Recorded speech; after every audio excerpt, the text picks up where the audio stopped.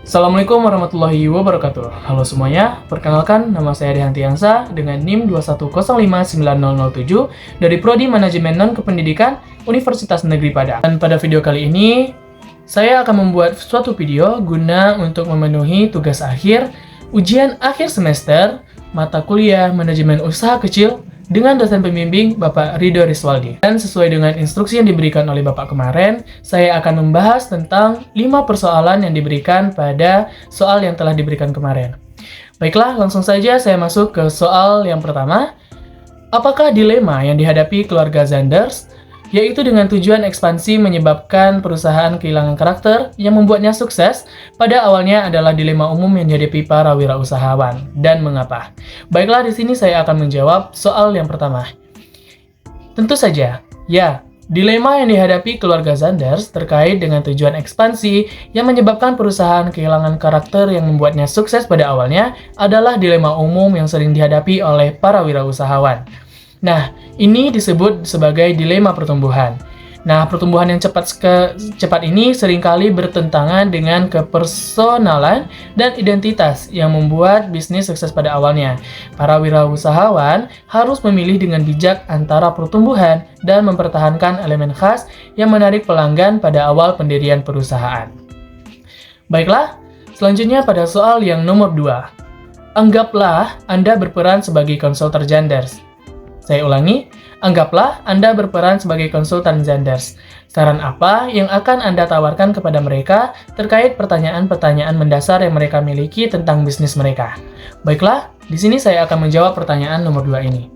Seperti pada soal yang telah diberikan, terdapat 3 pertanyaan yang menjadi persoalan umum pada perusahaan Zanders. Dan sebagai konsultan untuk keluarga Zanders, berikut beberapa saran yang dapat saya berikan. Yang pertama adalah persoalan yang pertama berkaitan tentang nilai bisnis dan ukuran perusahaan. Nah, perusahaan Zanders harus mengevaluasi kembali apakah tujuan menjadi perusahaan yang bernilai 100 juta dolar masih sesuai dengan nilai inti dan berkelanjutan bisnis. Serta, Zanders harus mempertimbangkan apakah pertumbuhan yang lebih moderat dengan fokus pada personalan dan kualitas layanan yang lebih sesuai. Dan soal yang kedua, yaitu berkaitan tentang diversifikasi produk. Nah, Zanders harus melakukan analisis mendalam terkait penambahan lini produk.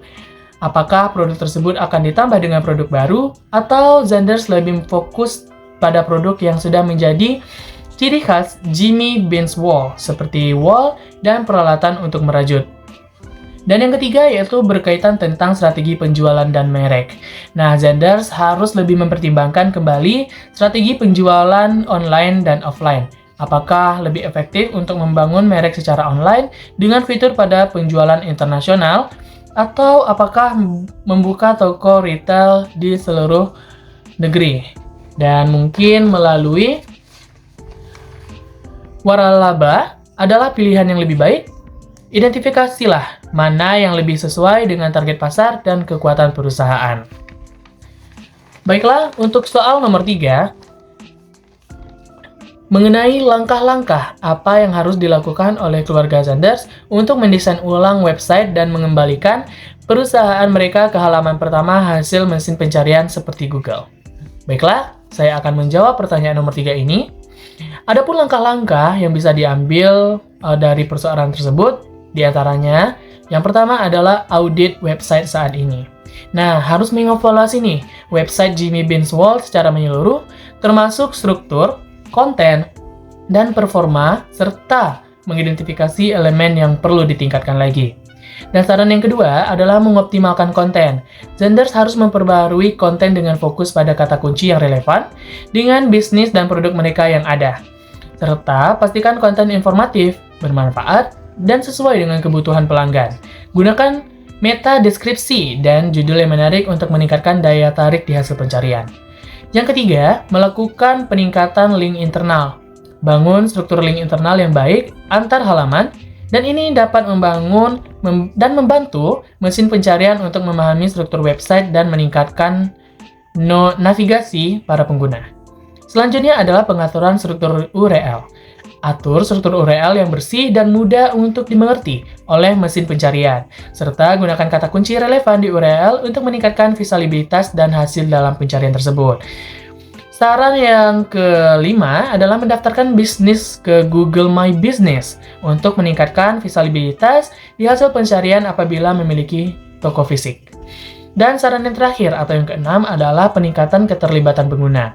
Nah, dengan menambahkan elemen interaktif seperti ulasan pelanggan, pertanyaan umum, atau formulir kontak untuk meningkatkan reputasi online dan mempengaruhi peringkat. Nah, untuk soal yang keempat, apa yang harus dilakukan keluarga Zenders untuk mengatasi masalah arus kas perusahaan mereka? Langkah-langkah apa yang dapat mereka lakukan untuk menghindari masalah arus kas di masa depan? Nah, di sini ada cara mengatasi masalah sekarang yang dihadapi dan masalah yang akan dihadapi di masa depan. Saya akan menjawabnya mulai dari cara mengatasi masalah arus kas pada saat ini. Adapun caranya, yang pertama adalah harus mengevaluasi pengeluaran. Zender harus meninjau kembali dan potong pengeluaran yang tidak esensial. Yang kedua adalah dengan menegosiasi pembayaran. Diskusikan opsi pembayaran yang fleksibel dengan pemasok. Serta saran yang ketiga adalah penyesuaian gaji dan intensif. Diskusikan penyesuaian sementara untuk gaji dan intensif karyawan. Serta saran yang keempat adalah pengelolaan persediaan. Mengoptimalkan tingkat persediaan sesuai dengan permintaan aktual. Dan saran yang kedua yaitu mengenai mencegah masalah arus kas di masa depan. Adapun langkah-langkah yang dapat diambil adalah yang pertama, memproyeksi keuangan yang akurat. Rencanakan proyeksi keuangan yang realistis dan berkelanjutan. Yang kedua adalah diversifikasi produk. Pertimbangkan diversifikasi produk untuk mengurangi risiko ketergantungan. Yang ketiga adalah ketentuan pembayaran yang bijak. Terapkan kebijakan pembayaran yang bijak dengan pelanggan. Yang keempat, manajemen piutang. Perketat kebijakan piutang dan pertimbangkan factoring piutang. Yang kelima adalah pemantauan arus kas rutin. Lakukan secara berkala dan tanggap terhadap perubahan. Yang keenam adalah pengelolaan persediaan yang efisien. Implementasikan sistem manajemen persediaan yang efisien. Yang ketujuh adalah cadangan keuangan. Bangun cadangan keuangan untuk keadaan darurat. Yang kedelapan, konsultasi profesional keuangan. Untuk mendapatkan saran dari ahli keuangan untuk strategi yang lebih lanjut. Baiklah, soal yang kelima yaitu menuliskan laporan singkat untuk Zenders yang menguraikan rekomendasi Anda untuk mengembalikan bisnis mereka ke jalur yang benar. Di sini saya akan membacakan laporan singkat mengenai strategi untuk mengembangkan Jimmy Benswell ke jalur yang benar. Yang pertama, identifikasi masalah. Keluarga Zenders menghadapi tantangan serius terkait arus kas, pertumbuhan yang melambat, dan kehilangan keterlibatan pelanggan. Evaluasi menyeluruh menunjukkan beberapa area kritis yang perlu mendapatkan perhatian segera. Langkah-langkah penanganan saat ini. Yang pertama adalah mengevaluasi pengeluaran, tinjau kembali dan potongan pengeluaran tidak mendukung pertumbuhan mendesak. Yang kedua, negosiasi pembayaran. Diskusikan kemungkinan pembayaran yang tidak fleksibel dengan pemasok. Yang ketiga adalah penyesuaian gaji dan intensif, dengan mendiskusikan penyesuaian sementara untuk gaji dan intensif karyawan. Dan yang keempat, mengelola persediaan, optimalkan tingkat persediaan sesuai dengan permintaan aktual. Poin yang ketiga, yaitu langkah-langkah pencegahan di masa depan. Yang pertama, proyeksi keuangan yang akurat, untuk membuat proyeksi keuangan realitas dan berkelanjutan. Selanjutnya ada diversifikasi produk, yaitu untuk mengurangi risiko ketergantungan pada suatu sumber pendapatan. Dan yang ketiga, ada ketentuan pembayaran yang bijak. Selanjutnya ada manajemen piutang. Dan yang terakhir ada pemantauan arus kas rutin, yaitu untuk melakukan pemantauan secara rutin dan identifikasi potensi masalah dengan cepat. Dan poin yang keempat adalah pengembangan kembali hubungan pelanggan. Yang pertama ada revitalisasi website dan SEO. Mendesain ulang website dengan fokus pada SEO untuk meningkatkan visibilitas di mesin pencarian. Yang kedua ada strategi konten dan media sosial untuk meningkatkan strategi konten dan interaksi media sosial untuk mendapatkan kembali keterlibatan pelanggan. Yang ketiga ada fokus pada keterlibatan pelanggan, yaitu agar kembali ke akar bisnis dengan menekankan keterlibatan dan layanan pelanggan yang dipersonalisasi. Yang selanjutnya ada sumber daya tambahan.